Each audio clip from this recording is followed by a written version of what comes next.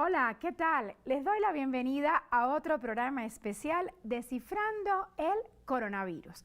Ya lo sabe, la pandemia de la COVID-19 ha trastornado la vida de los niños y sus familias en todo el mundo. ¿Deben seguir los niños encerrados en casa?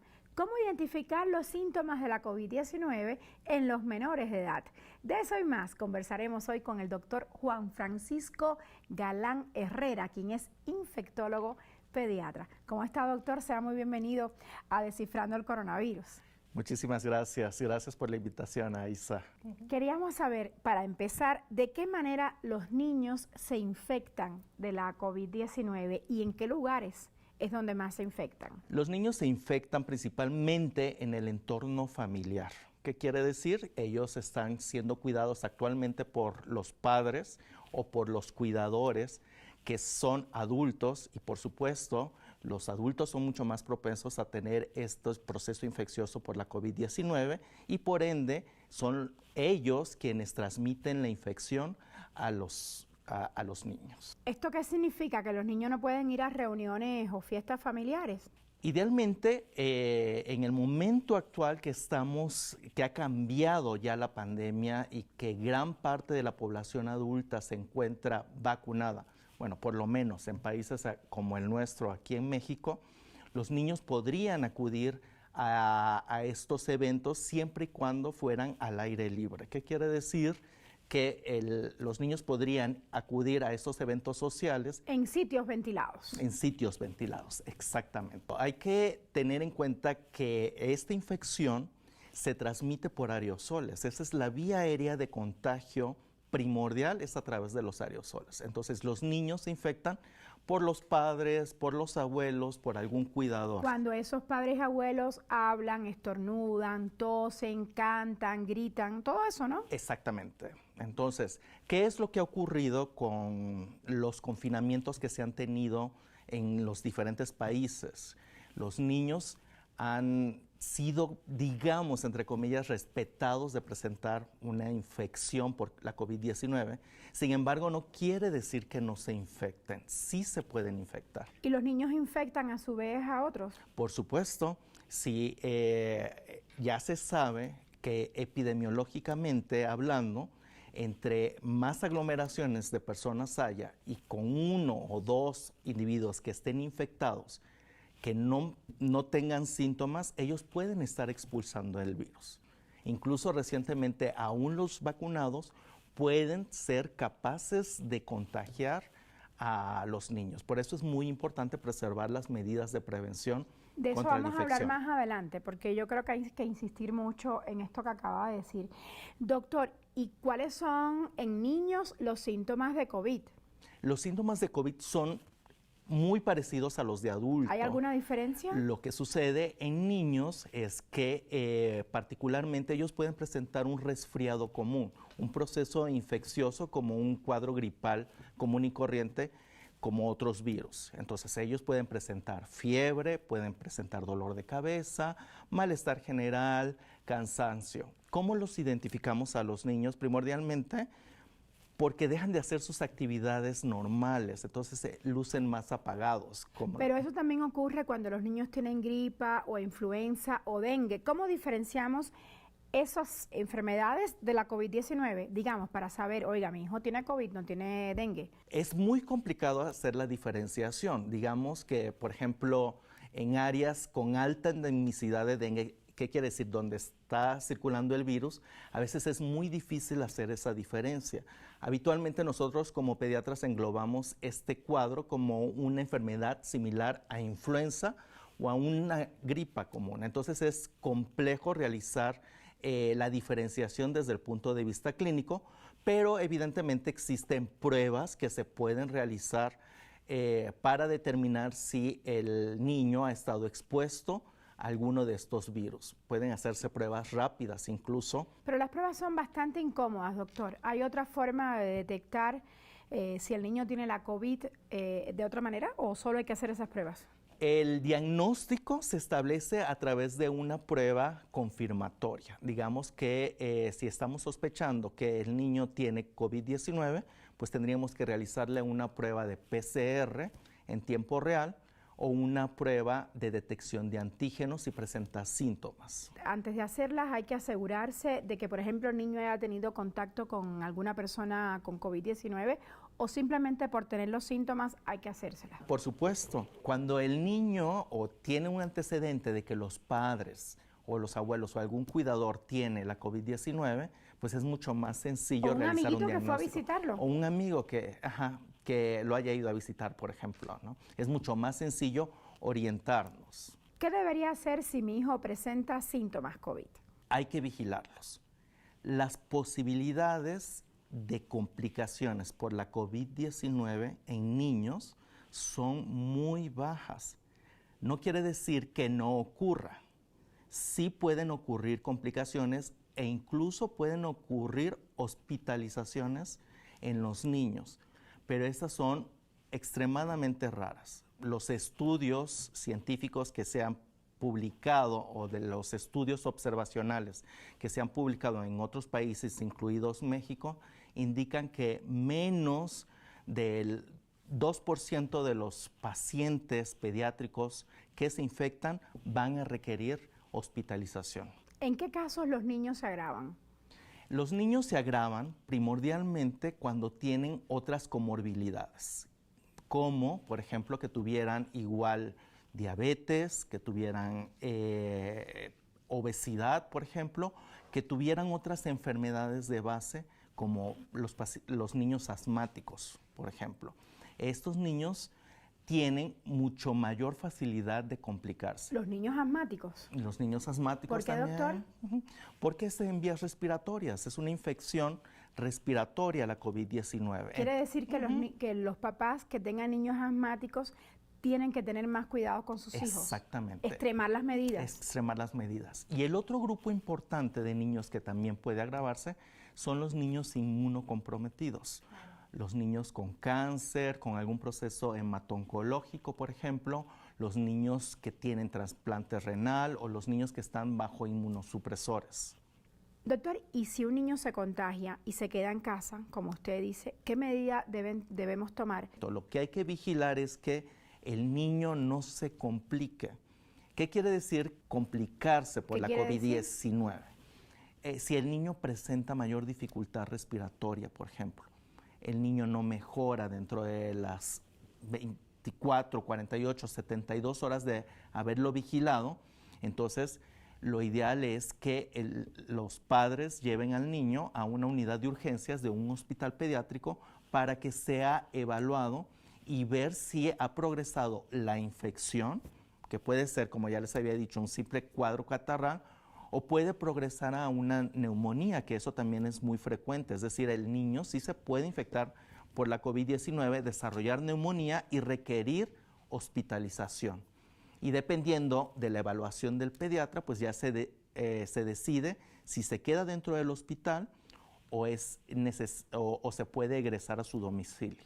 Y ahora que estamos atravesando por esta etapa con la variante Delta, que es una de las 4 más preocupantes del virus, ¿qué se debe hacer? Digamos, uno como mamá, como papá, ¿debe extremar medidas también?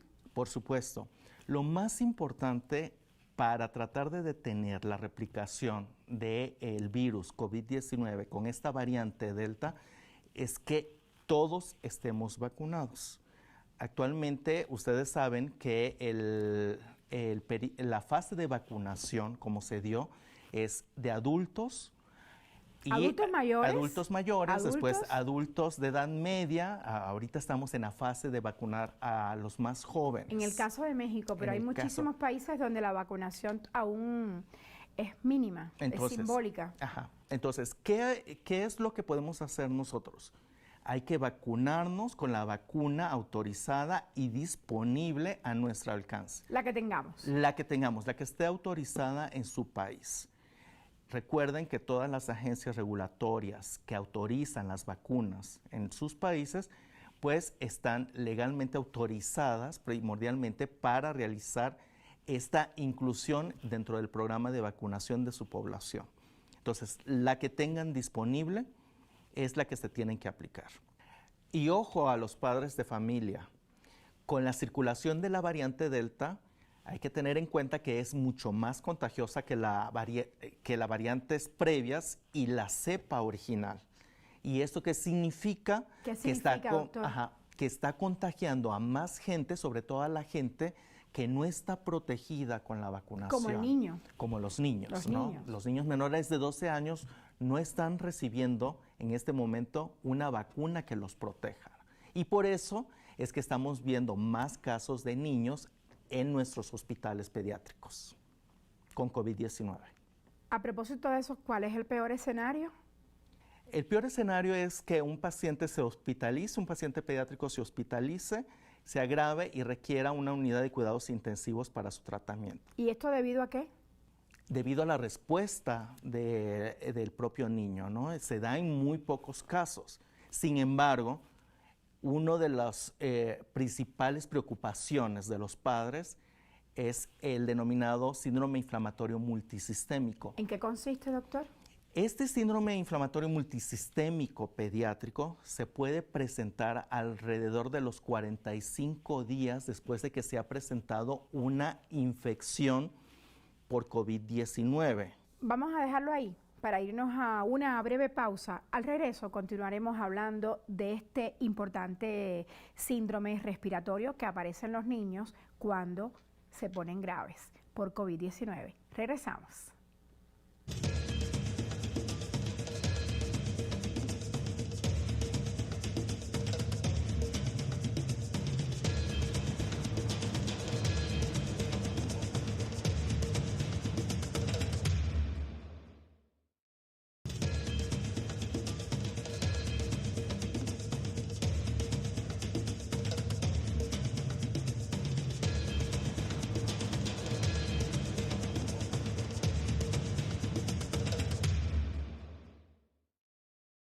Estamos de vuelta y conversando con el doctor Juan Francisco Galán Herrera, quien es infectólogo pediatra. Había un tema muy importante antes de irnos a la pausa. Usted decía, doctor, que aproximadamente a los 45 días de haber tenido síntomas de COVID-19, los niños pueden padecer el síndrome inflamatorio multisistémico.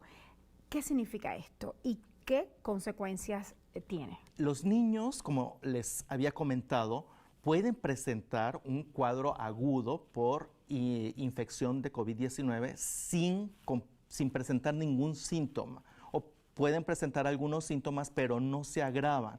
A veces los padres ni siquiera se dan cuenta de que el niño presentó COVID, a menos que los padres hayan tenido COVID, por ejemplo. ¿Qué puede ocurrir en un niño posteriormente y que se ha documentado ya como síndrome inflamatorio multisistémico pediátrico ahora que tenemos COVID-19? Este es un síndrome muy raro que se puede presentar solo en ciertos niños. Se ha documentado en ciertas investigaciones observacionales en los Estados Unidos que los niños hispanos o los niños afroamericanos tienen mayor predisposición a presentar el síndrome inflamatorio multisistémico pediátrico. Sin embargo, todavía desconocemos si existen otros factores que pudieran estar asociados a esta predisposición.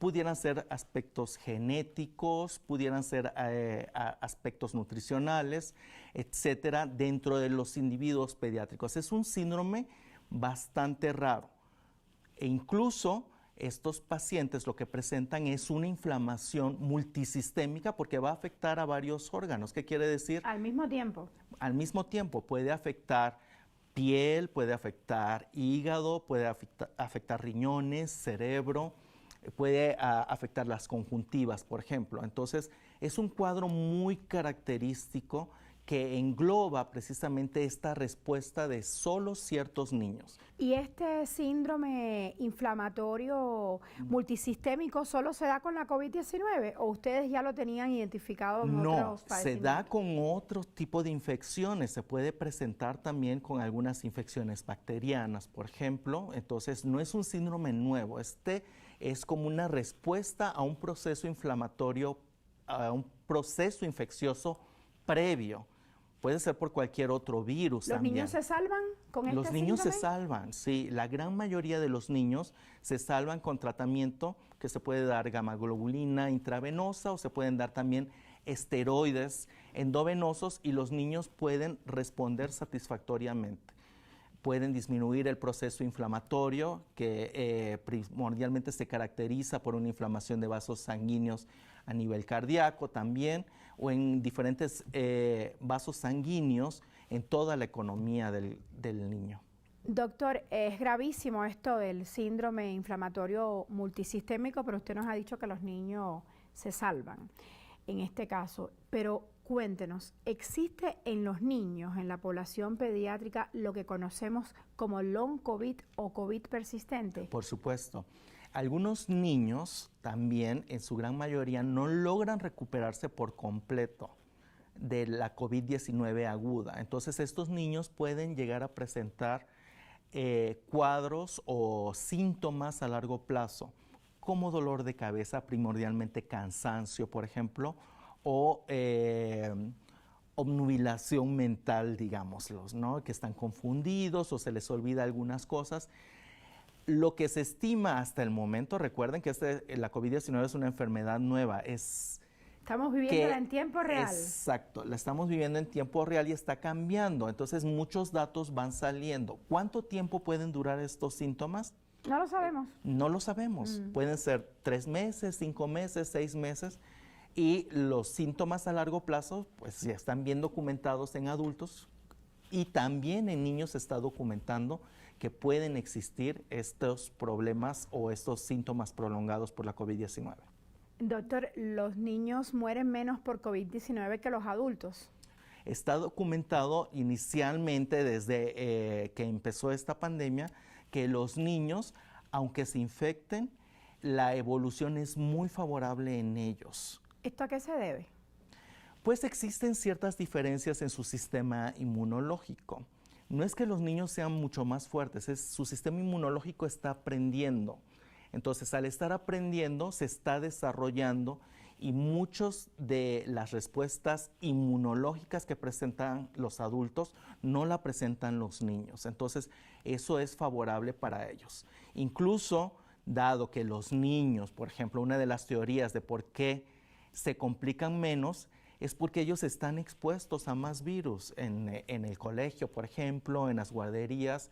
Recordemos que es muy frecuente para la edad pediátrica los procesos infecciosos respiratorios o gastrointestinales, ¿no? Entonces eso le proporciona cierta inmunidad también y menos riesgo de infectarse por la COVID-19.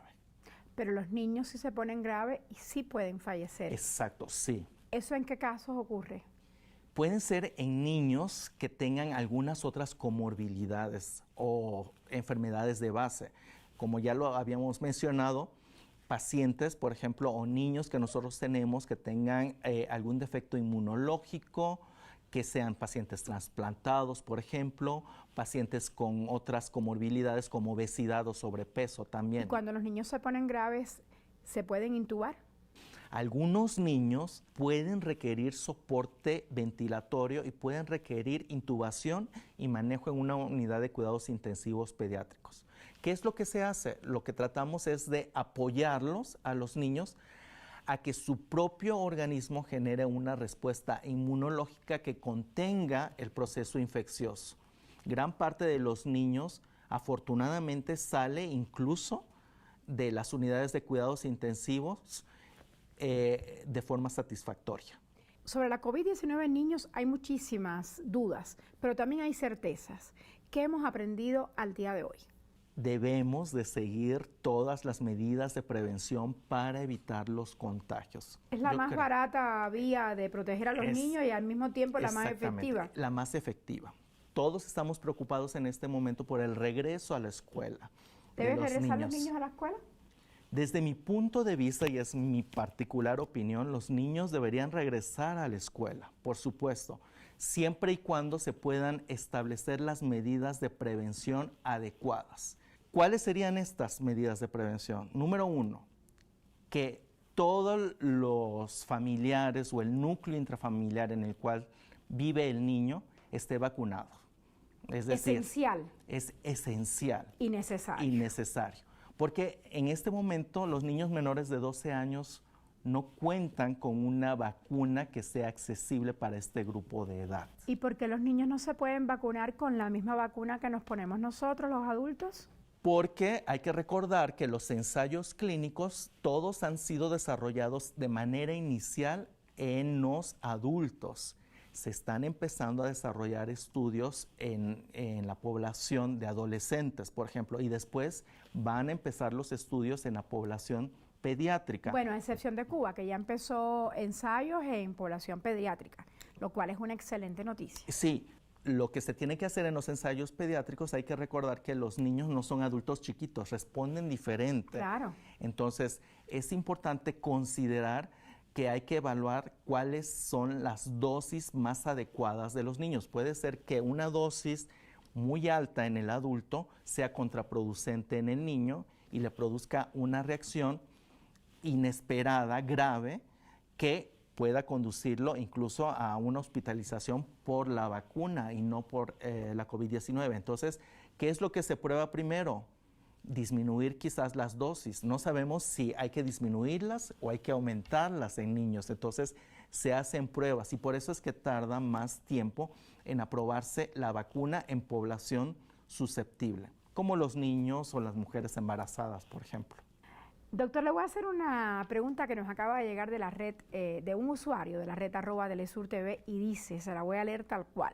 Si los niños no pueden ir a la escuela, no pueden ver a su familia, no pueden jugar con sus amigos y no pueden tener actividades diarias, sociales, digamos, esto les va a provocar estrés. Es cierto que la mayoría de los niños sufren más por estar encerrados que por padecer COVID-19. Desde mi punto de vista, considero que sí. Los niños, como ustedes saben, son entes que necesitan exponerse, socializar, etc. Entonces, sí ha creado cuadros de ansiedad en los niños. Yo lo que les recomiendo a mis pacientes siempre, dialóguenlo con ellos. Tenemos que aprender a convivir con este virus. Entonces, sobre todo a partir de ahí, le voy a interrumpir. ¿Cómo usted recomienda que un padre le diga a su niño menor de 12 años, que tiene COVID y que por eso no puede salir ni al parque, a nada, a la calle? Sí, eso depende del grado de madurez de cada niño, ¿no? Y créanme, les va a sorprender, muchos de los niños se han comportado excelentemente bien con la pandemia. Incluso siempre les recuerdan a los padres que tienen que utilizar el cubrebocas o lavarse las manos, etc. Ellos están, digamos, en otro canal en este momento en el que se han adaptado adecuadamente a su situación. Yo lo que les recomiendo siempre es, ante este estrés que produce el que los niños regresen al colegio, pues dialóguenlo con ellos, pregúntenles también. Tomen en cuenta la opinión de ellos. De si quieren regresar al colegio, De si quieren ¿no? regresar al colegio. Pero, ¿cuál es nuestra responsabilidad como adultos? Que sí. ¿Sí? Está loca por regresar a la escuela. ¿Cuál es nuestra responsabilidad, por ejemplo, como adultos? Pues protegernos nosotros para que a través de nuestra protección nosotros los podamos proteger y evitar que se contagien. Esa es una estrategia que se conoce como estrategia capullo. ¿Qué quiere decir? Tú te vacunas a tu núcleo intrafamiliar, por ejemplo, que esté en contacto con las personas que no se pueden vacunar, y entonces logras protegerlo como un capullo. A un capullo, ¿no? Entonces eso sucede con muchas vacunas y eso es lo que se está tratando de hacer por muchos países, ¿no? La verdad es que la opinión entre pediatras y científicos está muy dividida en relación si los niños requieren la vacuna o no la requieren. Algunos países, por ejemplo, consideran si realmente es necesario vacunar a la población pediátrica, dado que estos, desde que inició la pandemia, no se han complicado y que la mortalidad es bajísima. Comparado con la de los adultos. Comparado con la de los adultos. Pero sí hay bastante. Pero sí hay. Se estima, por ejemplo, cito un estudio realizado en el Reino Unido en el que aproximadamente fallecen 2 niños por cada 1.000.000 de niños que se han infectado, ¿no? Entonces, la cantidad afectada de niños es muy baja. Aquí en México, por ejemplo, hay un reporte del mes de junio en el cual los niños infectados eran aproximadamente cerca de 60,000 niños y los fallecimientos son menos de 600 niños, ¿no? Entonces, por eso esa disyuntiva, ese cuestionamiento, ¿vacunamos o no vacunamos a los niños? Mi opinión personal a favor de las vacunas es cuando ya exista una vacuna que se haya probado en ensayos clínicos, que haya demostrado ser segura y eficaz en niños, hay que vacunarlos, ¿no? Creo que nadie va a estar a salvo, creo que nadie va a estar a salvo hasta que no estemos vacunados todos. ¿Es la única forma de cortar la transmisibilidad del virus? La transmisión, el problema que hemos notado actualmente que con esta variante circulante Delta, incluso los vacunados pueden transmitir el virus. Contagiarse y transmitirlo. Exacto, pueden contagiarse, pueden infectarse y transmitirlo, aún estando vacunados. No se van a complicar. O en muy pocos casos, sobre todo aquellos pacientes, quizás adultos mayores, inmunocomprometidos, otras enfermedades, van a requerir hospitalización, pero eso va a ser en un porcentaje muy, muy bajo. Hay que recordar que la vacunación contra COVID-19 disminuye aproximadamente en el 77% el riesgo de hospitalización por una infección COVID. Voy a citar todas las vacunas. El caso es vacunarse con la vacuna autorizada y disponible que esté a nuestro alcance. Con la que tengamos, como nos dijo antes. Así es. Doctor, ¿y con la vacunación los niños van a estar bien? Es definitivo. Yo estoy plenamente seguro que en algún momento vamos a salir de esta pandemia. ¿Qué tenemos que hacer? Vacunarnos todos.